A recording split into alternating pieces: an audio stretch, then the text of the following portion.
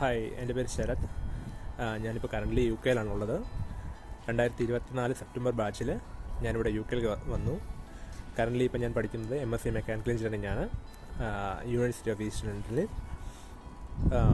ഞാൻ കയറി വന്നത് സ്കൈമാർക്ക് ത്രൂ ആണ്. സ്കൈമാർക്കിൽ ശാലിനി മാഡമാണ് എന്നെ ഹെൽപ്പ് ചെയ്തതും എനിക്ക് വേണ്ട എല്ലാ ഗൈഡൻസും തന്നത് ശാലിനി മാഡമാണ്.